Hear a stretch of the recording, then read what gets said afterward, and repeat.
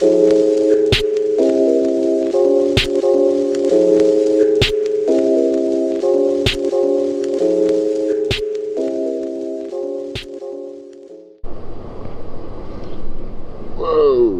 this shit is slippery.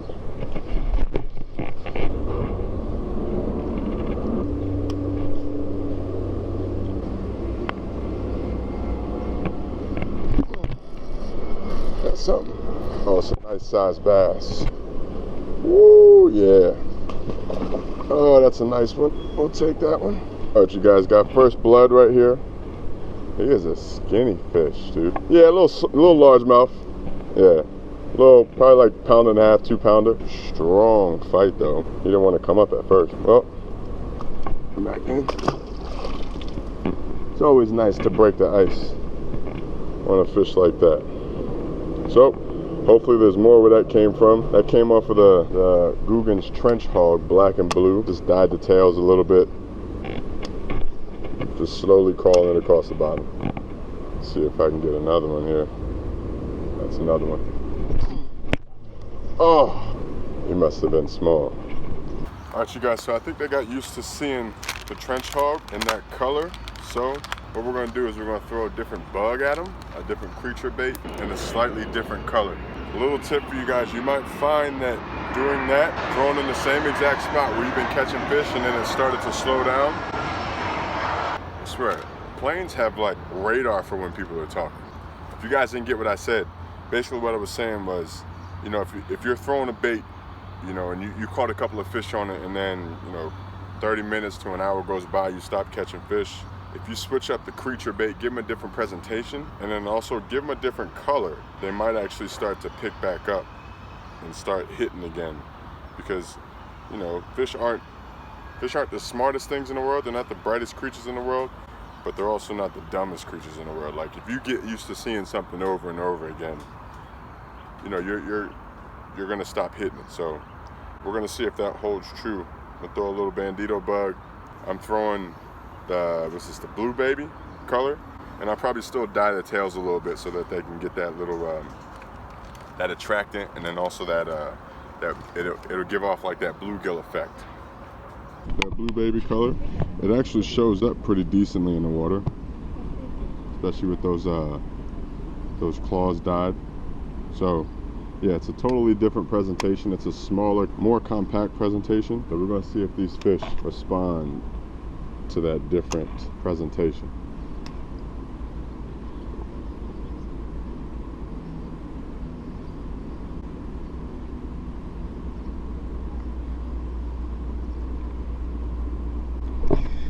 Oh, what the hell? Whatever that was, oh my gosh, that thing was huge. Dude, I was like, what is going on with my line?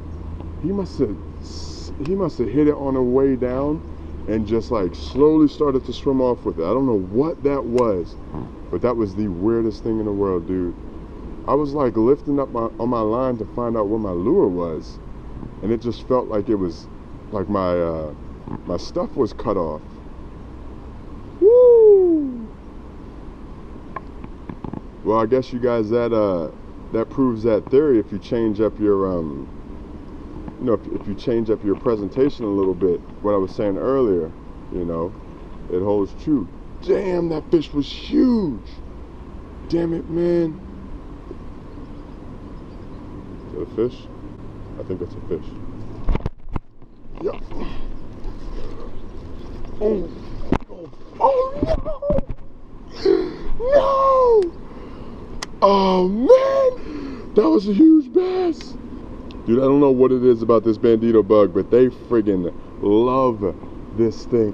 Oh, it was the weirdest bite though. They're literally like sucking it in and just sitting there with it. Damn. That's gonna ruin my day, man. Literally gonna ruin my day. All right, well, as you guys saw the last time I gave him a different presentation, it resulted in 2 fish. Actually, they were bigger fish than the first 2 that I had caught.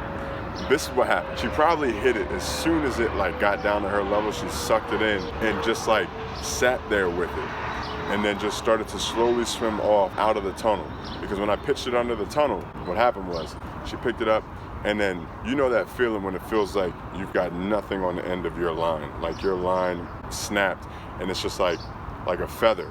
And I was like, what the heck? I start reeling it in, and then my line all of a sudden starts to track this way. And I'm like, oh, I set the hook. I was into her for a little bit, but then she like either spit it out or whatever.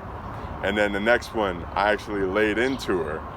Same thing, pitched it under the tunnel. It was such a subtle bite, it literally felt like she was like, just sucked it up and just started to slowly swim with it. And I lifted up and I felt pressure, and I was looking at my line to see if there was any movement, and it started to slowly go to the left, set the hook. Sure enough, I had her for a little bit, but then she shook me off right by the tree over here. She was at least a good 4-pounder. All right, we're gonna change up, give them a different presentation to see if that also continues to work, you guys. What I got tied on now, it's a 1/2 ounce jig with the crack and crawl in the back. So this has got a little faster fall rate, so we'll see if that also plays a part. Oh, there's one. He's got it. All right, he hit that when it dropped. There you go. Switch up the presentation, you guys. I told you it's key. But you guys, I didn't have the camera on for this dude, but I didn't get any luck on anything else that I threw. I threw that 10-inch worm, and then I threw the crack and crawl, but they were all different colors. I went back to that blue baby color, and I mean the first cast, I cast it in, caught a little largemouth. I don't know what it is. I mean that blue baby color is just amazing, dude.